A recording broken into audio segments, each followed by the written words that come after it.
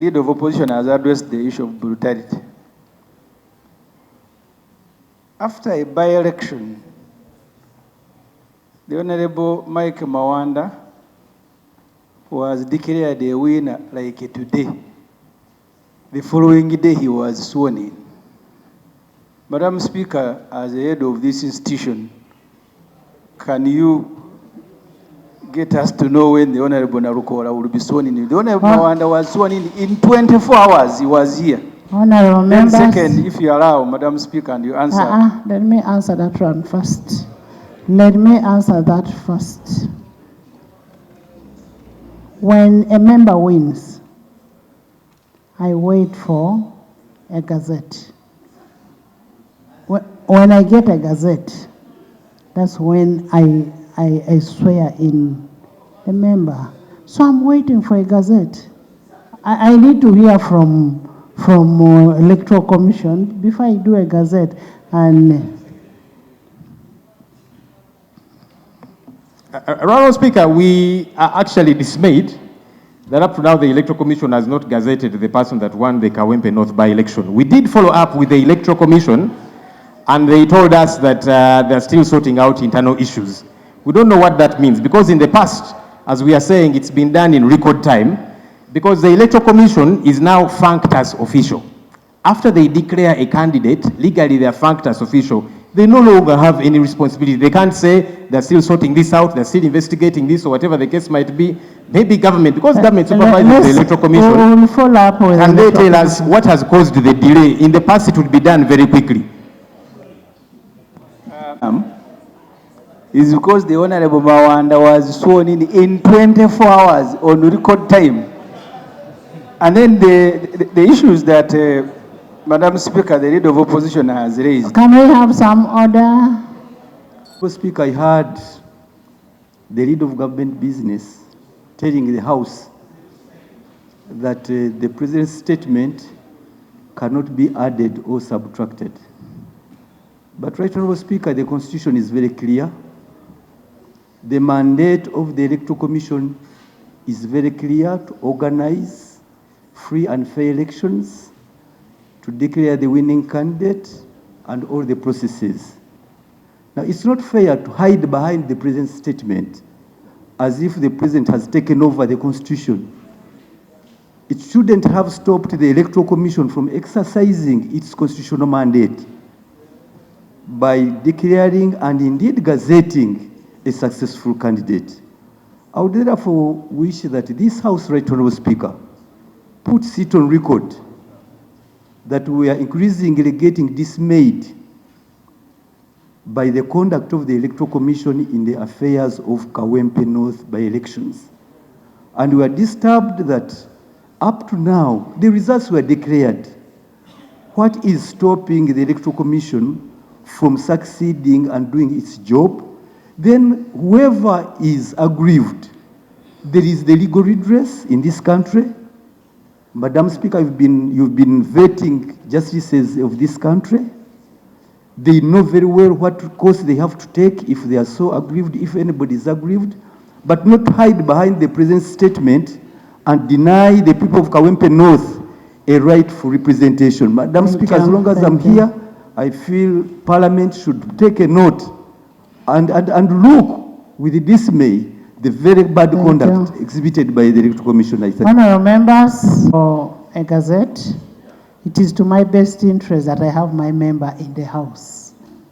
It is to my best interest, because I want my member in the House, I want the constituents to be represented. So we'll wait for the gazette, and when we receive the gazette, we'll swear in the member. So, Attorney General, you'll need to make a follow-up on that, on what is being raised. I've seen David updating you. Next item. More lengthy communication from you, especially when we've been away for some time. So we're surprised you finished quickly. We were hoping for more. But I do join you in welcoming colleagues for us to take care of critical matters that we ought to be able to. In 3 quick minutes, Right Honourable Speaker, the last times we were sitting, Right Honourable Speaker, we kept bringing critical matters to this House. And you did give us audience. We kept raising the matter of the brutality that was occasioned in the Kawempe North by-election. Government kept giving us commitments. I remember the Honorable David Mohozi was here. He gave a response expressing dismay about some of the happenings, beating up of people, journalists, and he promised to investigate and get back to the House. Honorable David Bahati, in the same vein, rose up and said this is wrong. And on behalf of government, he said he's going to follow up. He even said he will visit one journalist who had been brutalized, the one Miracle Ibra. He said government will even take care of the medical bill. And he said he would get back to us. And you, Right Honorable Speaker, tasked government to follow up and get back to the House. Honorable Speaker, the situation only got worse. It's as if the matters that we raised here and the task you gave them was taken for granted. The situation got a lot more precarious. Honorable Speaker, after our candidate in that race, the one Luimbazi Nalukoola, was assaulted, our supporters were brutalized, several leaders were brutalized, including on election day. In fact, Honorable Speaker, some of your members here were badly brutalized, still nursing injuries. Journalists were not spared either. They were badly beaten. Others were abducted and taken in drones, only to be dumped later with injuries. Honorable Speaker, can government provide an explanation to this House? Who was responsible for this brutality? We want to know, because we raised these matters here. The government officials who spoke, they expressed concern and dismay over these particular matters. Can we know who commandeered this? Who commandeered the brutalizing of leaders, citizens, a candidate in a race, journalists, who are simply doing their job? Who is responsible for this? I saw, Right Honorable Speaker, the Prime Minister, Honorable Robin Anabanja, Honorable Misa Kabanda, Honorable Balam, make some remarks out there and say, we as the opposition were responsible. They even made remarks to the effect that we did these things to ourselves, we hurt ourselves, we hurt the journalists and beat them up and so on and so forth. Some ridiculous statements. But it would be important that government, I don't know if that's the position of government, maybe they need to tell us that the statements we had made by the Prime Minister, made by Honorable Mr. Kabanda and Honorable Balam, is that the position of government? That we are the ones who did these things? Thank you. Can we know, Right Honorable Speaker? And finally, Right Honorable Speaker, even though those were abducted and later returned, beaten up, the abductions are still on. I'd like to report that one of our coordinators, as a political party, one Bright Muhumuza from Western Uganda, was also abducted last night. We don't know why government continues to do these things. And for me, what hurts me, Right Honorable Speaker, is, and I want to call it pretense, honestly. When some ministers here do rise up and they say, this is bad, this is terrible, it's pretense because nobody is held responsible. It appears that's the position of government, because if it were not, government should be holding accountable all those who are doing these things. Somebody did say that those who are doing these things are doing them in favor of the opposition, so that we get sympathy. Why do you not take action? How many people have been held responsible for beating leaders, beating supporters in an election, beating up journalists, many of whom are still nursing injuries? Honorable Speaker, we want to know. It's not enough that you keep condemning the few of you who probably want to look good, or in my view, pretend and say that this is bad, we are going to take action. Where is the action? We saw demand, Right Honorable Speaker. We've had... Madam Speaker, I am a journalist. Before I became a politician, I was even covering Parliament here.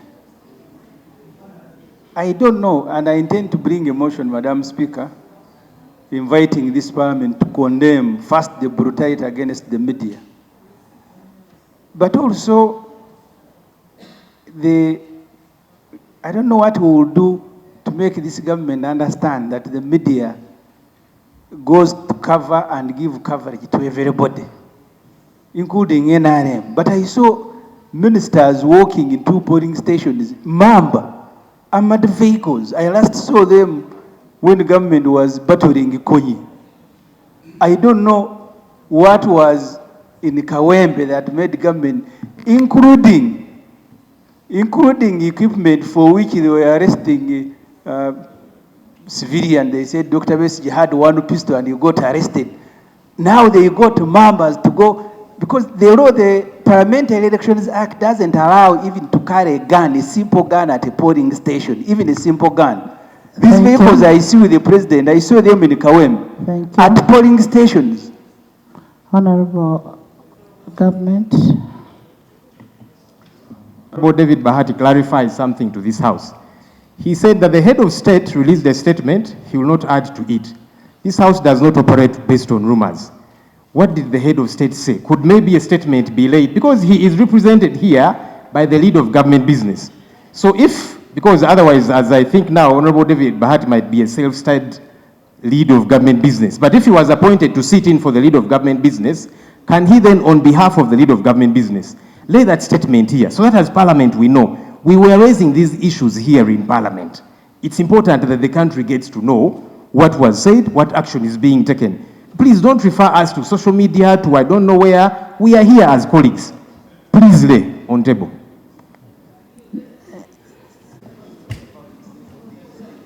Well, it was a public statement, and Madam Speaker, I can in a few minutes print it out and lay. Yes. I will give you time and you bring it. Next item. Issues raised by the leader of opposition. You were not here last time, but we did report that the journalist was visited, and actually government, according to the CEO of Zambia, has picked up the bill. That is particularly what I committed in the House. Yeah, the first person. Regarding the situation in Kawempe, I'm a bit slightly, I was expecting a slightly different statement from the leader of opposition, but now that he has not said it, on the issues that he has raised, His Excellency the President issued a statement regarding the situation in Kawempe, and I'm not adding a word to that. Honourable members in the Sunday, however, due to urgency of some governance matters that require legislative action, we had to convene the House today. And after that, I will ask you to go back to your committees. I want to commend you for your responsiveness and this kind of flexibility amongst you for taking a decision to come and have the sitting. I want to thank you so much. Thank you.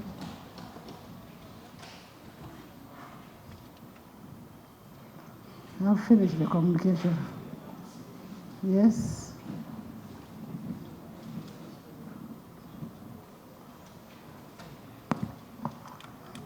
Thank you, Right Honourable Speaker.